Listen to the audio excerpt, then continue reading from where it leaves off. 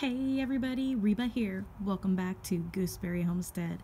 So, I got to borrow a rototiller. Yes, you heard that right. I got to borrow a rototiller. Now, it is not a very big one, and it is a one of those kinds you plug in, so it's an electric one, and it's kind of small. But you know what? This is a true blessing because I had about half the size of this and a hand tiller that I can still use after I get the ground all tilled up. Now, can you guys believe that it is already February? The month of January just flew by. I've been doing all of these videos, getting myself through the winter this year, and I have really enjoyed doing my updates with you on all of my plants, even though not a whole lot of growth was happening. But just doing those updates with you guys really helped me not get down during the months when I'm not able to do full-on gardening. And so I've been able to keep busy and just checking on them, and it gets me out of the house.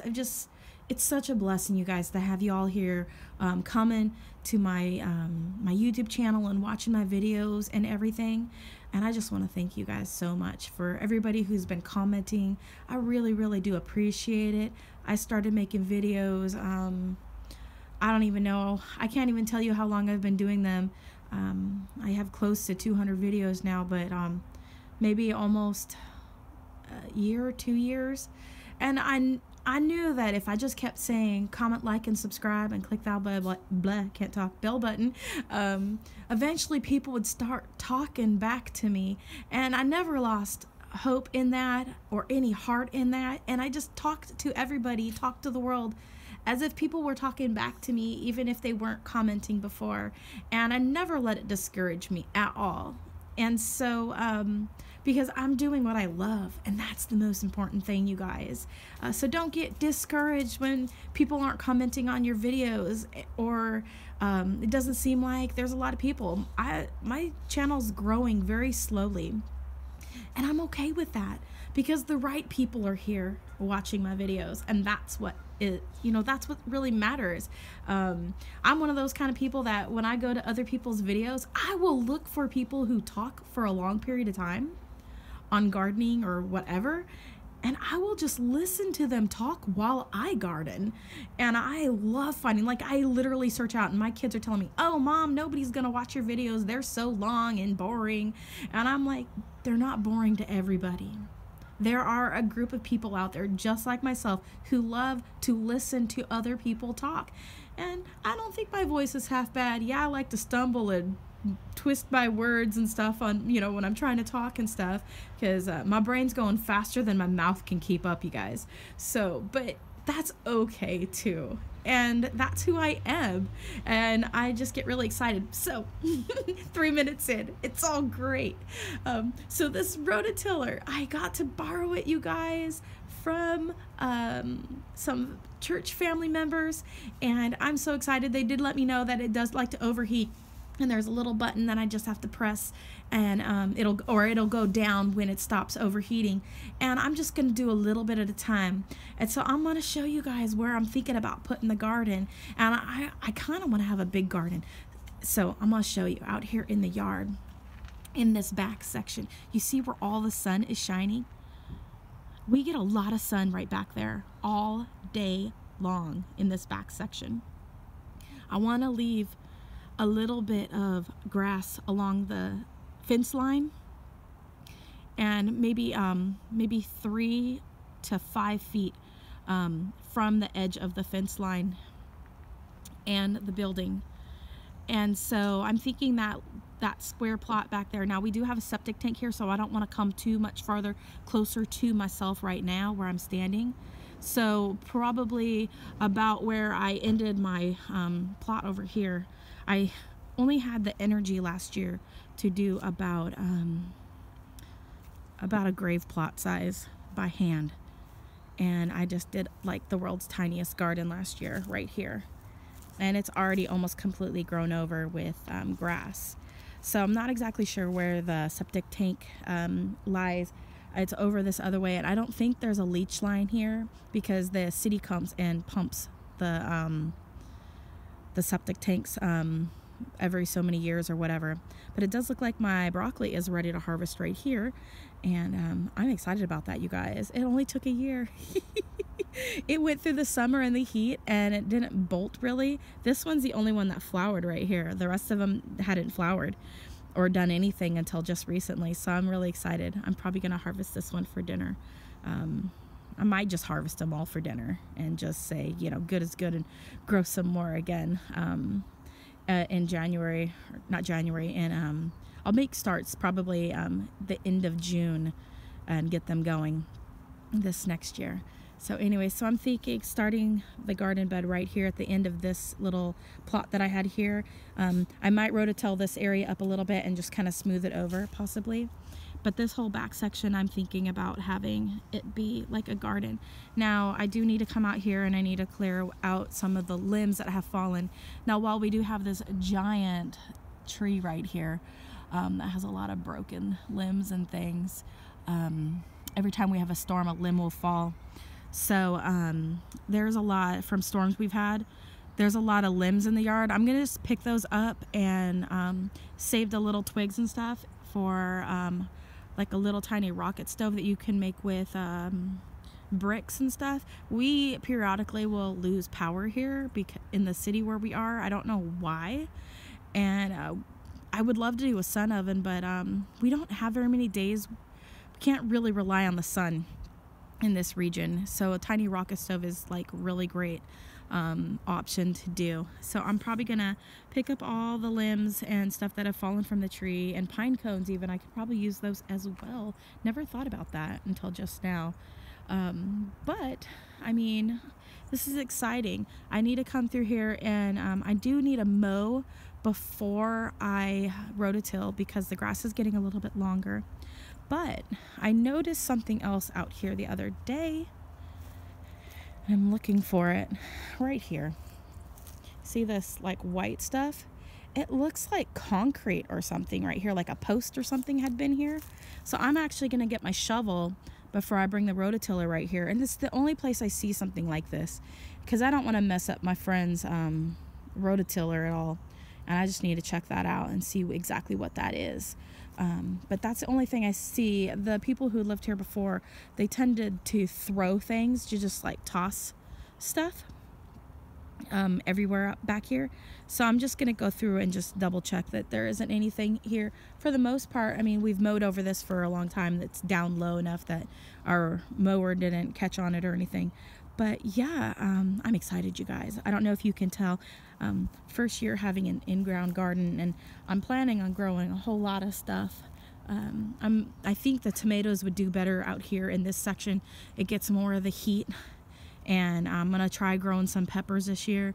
And I'm gonna try my sister bought me some beefsteak hybrid seeds. Now they are the burpee seeds, and they are a hybrid, so they have an earlier time for, you know, the grow season. So we only have like 154 days of grow season here where I'm at, which is kind of a bummer. I'm used to California growing seasons where you have a lot longer and the heat's really hot, and you can grow like hot peppers and tomatoes. Like I remember the tomato plants being like almost 5 feet or taller where my grandparents were in Northern California. So I'm used to being able to grow pretty much everything under the sun, really. I'm used to a growing zone 9. So the majority of the growing that I have been doing in the last few years has been in growing zone 7B. But here, this growing zone 7B, we just don't get quite as much light throughout the year, enough light and or heat, really. So I know that some people are down in like Oklahoma or Arkansas, and they're also in growing zone 7Bs, and they get a little bit more sun because they're lower on the they're lower on on the American continent, and so they get a little bit more sun than what we do. And plus we get a lot of the cloud cover. We have some cloud cover, but the sun is out today, which is awesome, so it's warmer out here. But I'm excited. I just wanted to show you kind of, guys, where I'm thinking about putting my garden this year. And I'm thinking like from like right here, line it up with that pole and coming across. Now I'm thinking, since there are bunnies that come into the yard, I am thinking about planting some stuff along the fence line that they will enjoy too, just to give them something to eat, because I know they're going to come in anyways, and it would be good to have extra. So I'm going to be planting with that in mind. I do want to do root crops like carrots. I was looking up on the internet what rabbits like to eat and what they don't tend to eat, and so that was really interesting, the crops that they don't generally go for. I do want to grow a lot of those, but I also want to grow carrots. And so yeah, I think I'm safe with sweet potatoes. I do have a couple that I bought from the store, like to plant in the ground. They said non-GMOs, so hopefully they'll grow good. But I know there's only like a couple potatoes in those, like 3 or something. So I'm not gonna have like a huge harvest, I don't think, from that. Just a little bit. So we'll just see how it goes, and hopefully I'll be able to take the I got a mosquito trying to get me. Hopefully I'll be able to take some of the babies that I get from those sweet potatoes and save them over. I'm gonna get stung by or eaten alive by this. He wants my sweet blood. Oop, look you guys, I'm really good. I got him. Little mosquito. I always catch him, you guys. So anyways, that's pretty much it.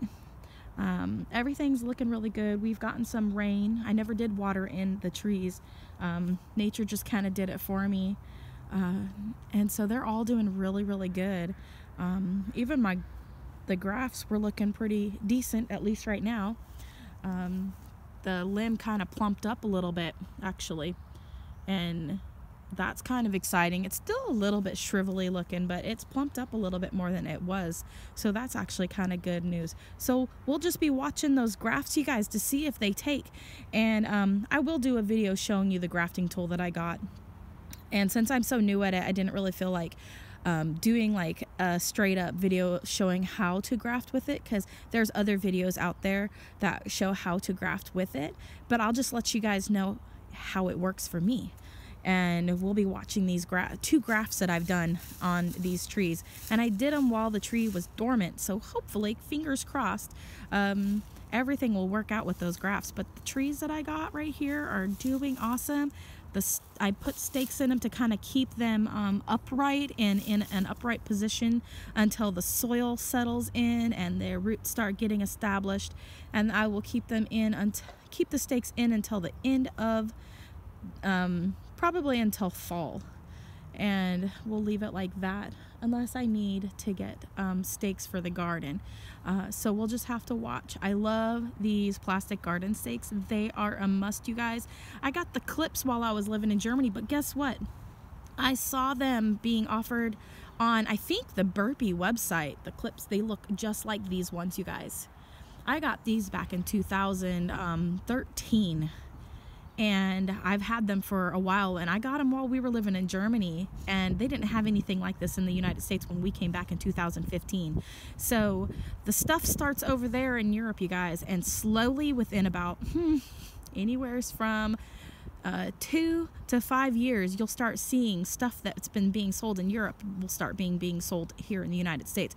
That's kind of like they test it over there to see if people are going to love it, and then they bring it to the United States, and then they sell it here, and then people are like, oh, new stuff, and everybody in the rest of the world's like, that's old news. So anyways, you guys, thank you so much for coming along, watching my videos. There's Walter. Hey, he's like, I'm just want to pee on something. And anyways, thanks for watching my videos. Comment, like, and subscribe, and click that bell button. And as always, have a wonderful day, you guys, and God bless. Bye.